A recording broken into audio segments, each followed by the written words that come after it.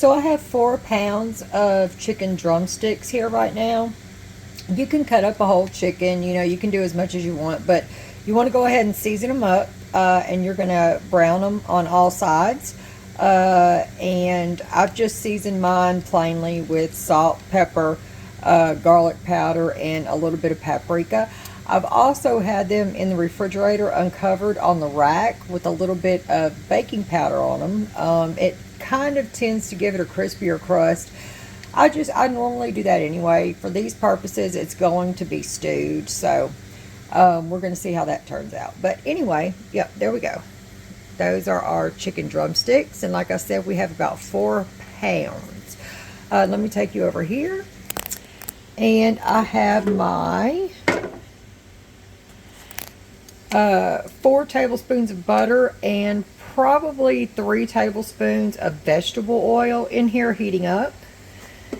I removed it from the heat because my butter was browning, and it's okay to use the brown butter. I think it's just going to give it a nuttier flavor. You know, things in brown butter are really, really yummy. And here in just a few minutes, we are going to stick it in here. Also, it's kind of better if you want to use, this is a deeper pan. I don't know if you guys can tell, but you can use a Dutch oven or, you know, anything. This is basically just a stewed chicken. Let me see if I can zoom you guys out. Yeah, there we go. It's basically just a stewed chicken. Let's test it and see if it's ready. Oh, yes. And you don't want to crowd your pan, so we may be doing these in batches. Maybe 2 batches.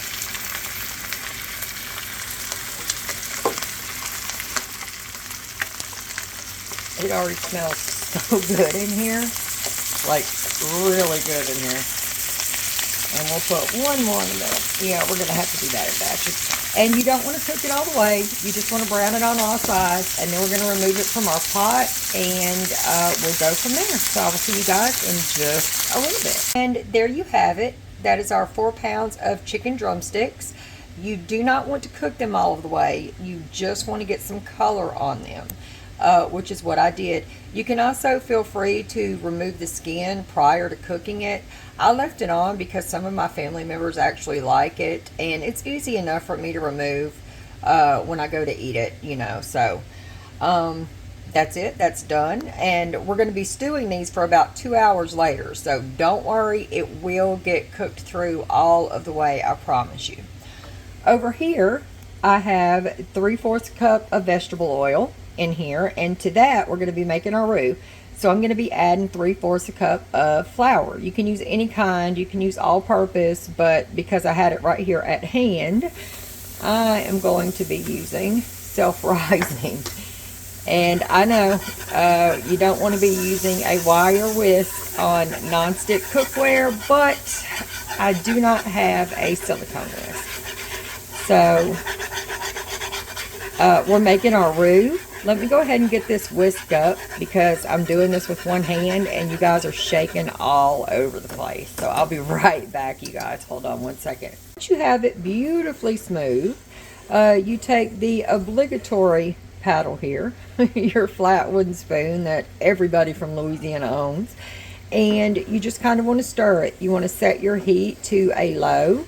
We're not making a gumbo roux, so you don't want it quite as dark as a dirty penny, but you want it just this side of chocolate brown, so I really can't give you a time.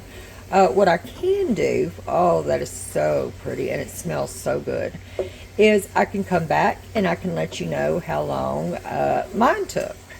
And then we're going to saute up the Trinity. And, you know, this is like one of the perfect Mardi Gras dishes. A lot of people, they hear about the crawfish etouffee. Of course, you have your gumbo, you have your jambalaya, you have your dirty rice, boudin. Sauce piquant doesn't really get the attention that it deserves, but it's all about the sauce. So I will see you guys here in, I don't know, maybe 8 to 10 minutes.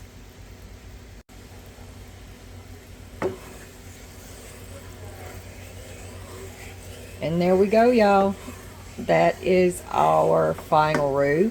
It took me about 8 minutes like I said, it's not a gumbo roux, you know, so we're okay. It just, you know, you want to keep your fire on medium-low. For gumbo, we'd put it on low and we'd give that sucker an hour, but we're not going to do that today. Let me take my paddle out because now we're going to add our Trinity. And here in Louisiana, our Trinity consists of onion, bell pepper, generally green, but I threw in some yellow sweet pepper, and celery. You want to go ahead and use 2 large onions, 2 cups of bell pepper for this one, and about a cup of celery. And I've just diced everything to where it's kind of uniform. Not that you'll be able to tell once it's in the sauce, because we are going to caramelize it. Oh, look at that, y'all.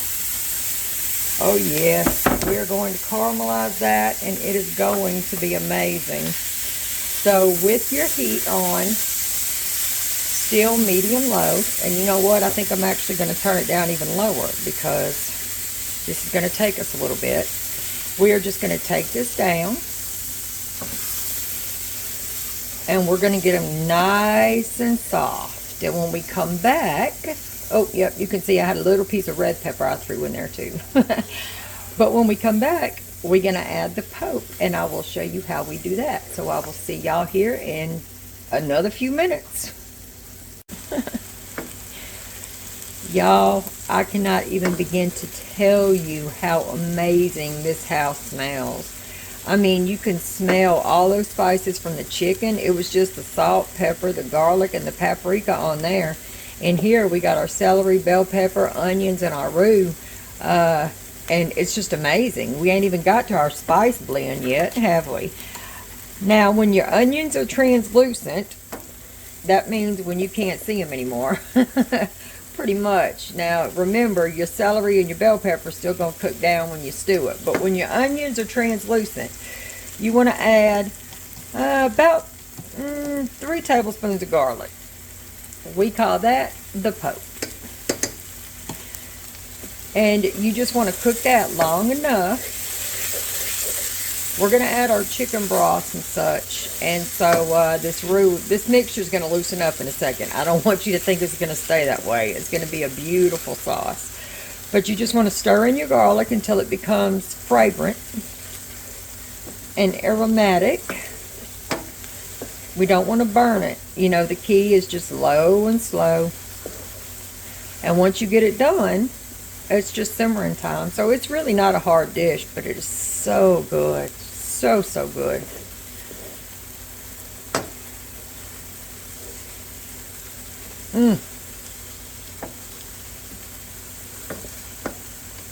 Once we've done that, we want to go ahead and add our tomato paste. Alrighty, so at this point, you're going to add your tomato paste. That's 6 ounces right there. And I have a herb mixture that I've mixed up here.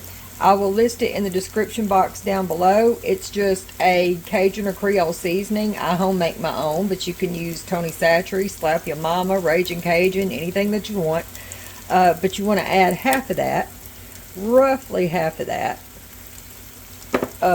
to it. And it's probably 4 tablespoons. We got some dried thyme in there and some parsley. But anyway, you want to stir that, mix it together real good. It looks a mess, don't it? Oh, but I promise you it's going to be delicious. It is going to be delicious. All right.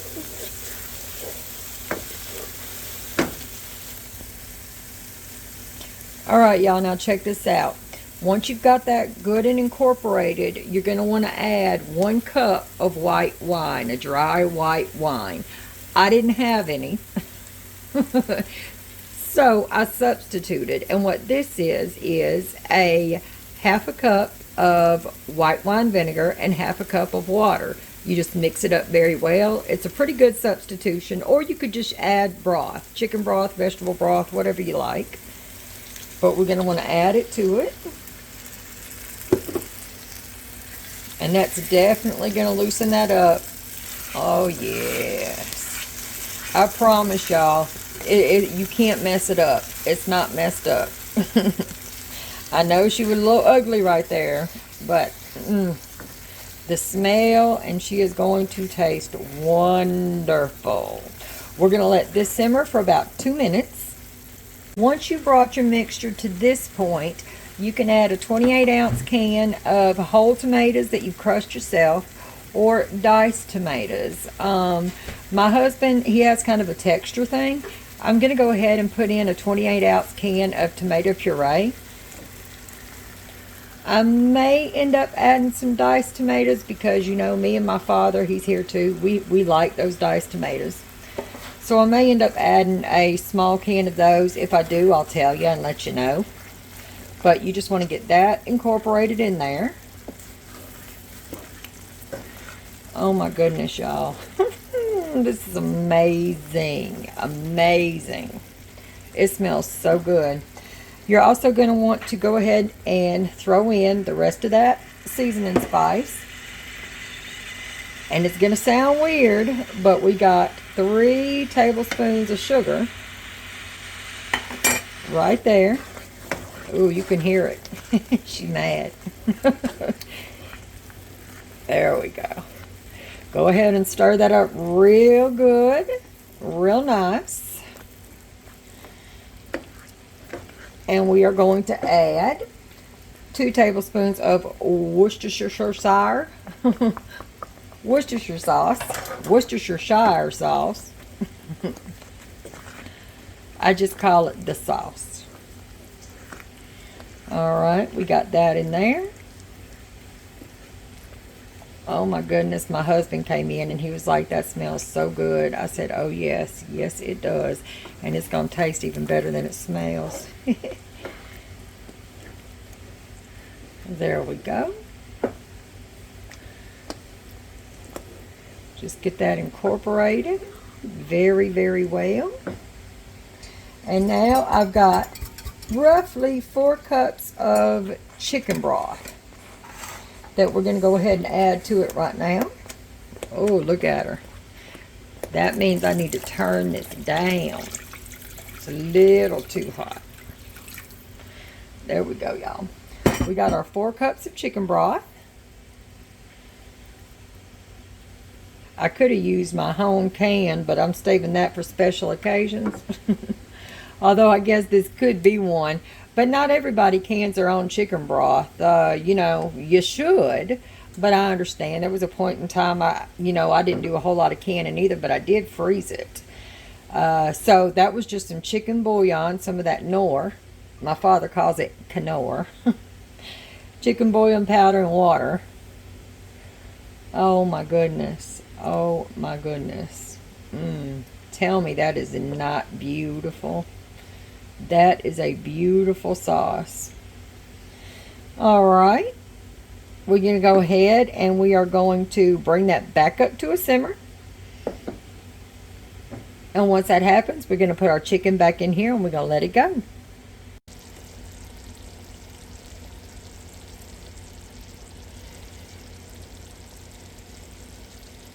Alrighty, you might be able to see, no, I think it just sank. It also called for 2 bay leaves, which I just put in. And now we are going to return our chicken to the pot. There we go. It's the baptism. No. Anyway, yep, we're going to return your chicken to the pot. You're going to cover it, and we want to let it cook for, I don't know, an hour and a half, 2 hours, really. There we go, y'all. Get all your juices and everything in there. You cut, like I said, you go ahead and leave it on medium low till it's simmering like it is, and set your timer for about 2 hours, an hour and a half. You're going to check the temperature of your chicken to be sure it's done. And all's going to be right with the world. I'm going to put on a pot of rice. And my daddy said he wants some green beans and potatoes to go with it. So that's what we're going to have. In the summertime, there is nothing that goes better with this than fried green tomatoes. And I know that you've noticed that there's no spice or anything hot in it. That's because I can't have a lot of spice. So I threw in a couple of pickled jalapenos just to give it a little bit of a bite. But you could put in cayenne, some red pepper flakes, some Louisiana hot sauce, and yes, it must be Louisiana hot sauce. You can put as much of that in there as your heart desires. That's a good thing about this dish. It's all for you and your tastes. But yep, so I'm going to go ahead and throw a lid on, and we'll have a taste test, and everybody will be able to tell you what they think. We'll see if I did a good job or if it's a dud, y'all, when we come back.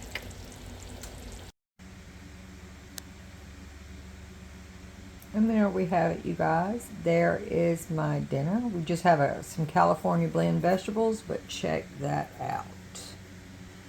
Does that not look amazing? Well, let's try it. Hey, y'all, I got y'all propped up. I can't concentrate when I have to hold the phone and talk at the same time. All right, let's go ahead and get the perfect bite. I want some chicken and some bell pepper and some onion. It's going to be really good. Y'all do that? You go in for the perfect bite? All right. Now, originally, I made this on February 25th. It is now March 17th. So, I took it out of the freezer. I defrosted it. Now, we used the chicken legs. I did debone that, and I put the meat back into the sauce, and I just let it simmer, low. And I did add the breast meat, and so now we have light and dark, but it works either way. I enjoy using thighs, but here we go, y'all. Let's see.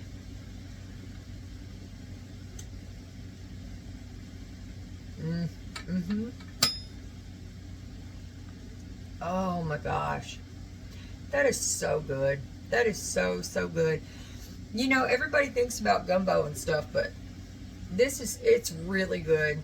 When I think of comfort food, I think of this in Louisiana. So, it's a budget dish. It doesn't require a lot. I mean, you can make it what you want to. I really like it. The flavors, they meld together, but at the same time, it's not muddy. You still get the taste of the bell pepper and the onion, the little bit of sweetness from the tomato and everything, and it's absolutely delicious. So give it a shot, give it a try, and let me know what you guys think in the comment box down below. And yeah, I appreciate you guys joining with me, or joining me. Slap a like on the video if you liked it.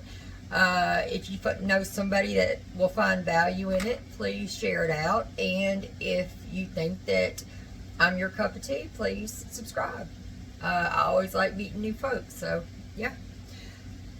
Anyway, I'm going to take this back there, and I'm going to catch up on Daredevil. I think we're, 3 episodes in? Do you guys like Daredevil? I love it. It's nothing like the movie. The show is fantastic. But anyway, all right, you guys, I will talk to you later. Until next time, please take care. Bye, y'all.